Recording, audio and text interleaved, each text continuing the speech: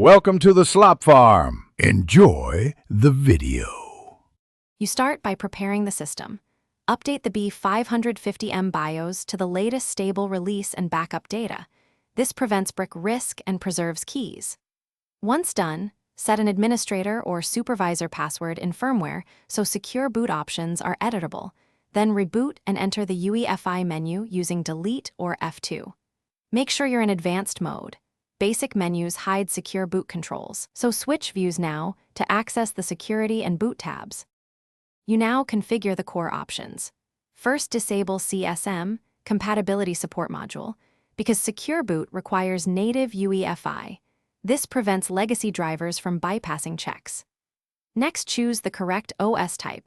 Select Windows UEFI for standard Windows installs or other OS only if you plan to use custom keys or Linux shim binaries. Then enable Secure Boot and pick the standard /Windows key set so the firmware trusts Microsoft-signed boot. Finally, save your UEFI changes and reboot.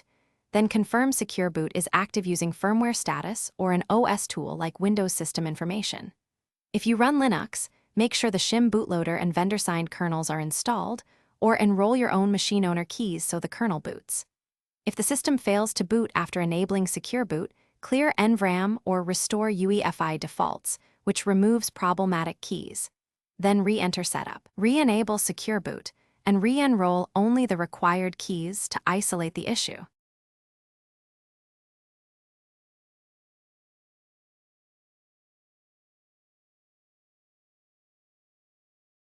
Thanks for watching. Consider subscribing if we helped you today.